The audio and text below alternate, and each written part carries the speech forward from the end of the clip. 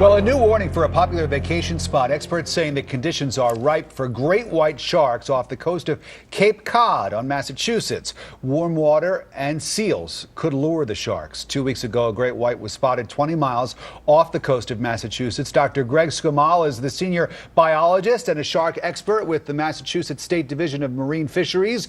He joins us from Woods Hole, Massachusetts. And Dr. Skumal, you also worked on the shark problem last summer, so we're happy to hear your insights on all of this. And let me just ask you, how safe is it for people to swim and boat off the waters of Cape Cod right now?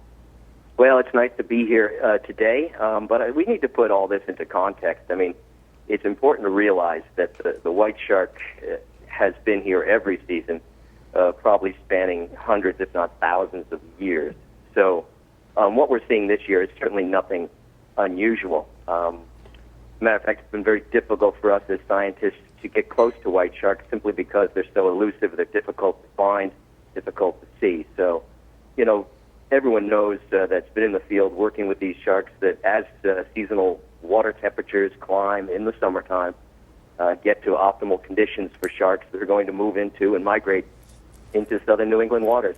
So this is really something that's not out of the ordinary. Oh, well, I'm glad that you're here to help us sort of put this into context, as you say, because I think that those of us in the media tend to jump on these headlines and sometimes, frankly, blow them out of proportion. So if this is not such a big deal, then what are the conditions that are bringing these sharks? You mentioned the seals. Now, last year, the seals sort of disappeared, and now they're back, right?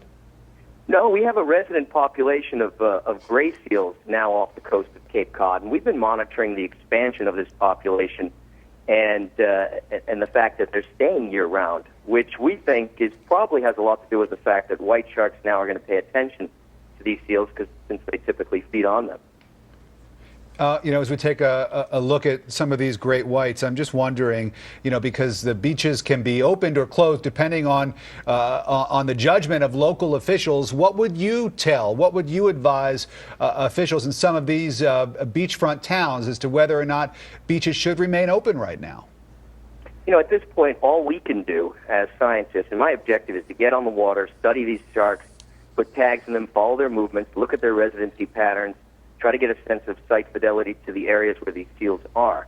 All we can do in terms of providing advice to local town officials is give them this kind of information to help them make wise decisions.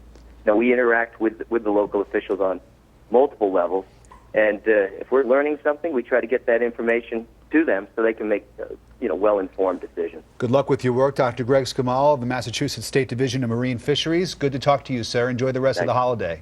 Thank you very much. You know, it's interesting because, you know, my family went up for a vacation not far from where a lot of these seals hang out. There really weren't any late avoiding you, Rick, last because summer, that's my beach there, Lighthouse Beach. Seals. I was there yesterday, and I've never been there that you couldn't find seals. So I think that they knew that you had arranged for that boat to take you out to see the seals, and they said, like, hey, you guys want to head out for lunch? We promised our kids they were going to see seals, and there were like back, 4 and of them. we'll be sure that you find some seals. But, you know, I mean, the main message, I think, is, and Greg, I interviewed him about this last summer, you don't swim near the seals. Do not swim near the seals, because that is what the sharks are there for. That's what they want to eat. But I think it's perfectly safe, don't you?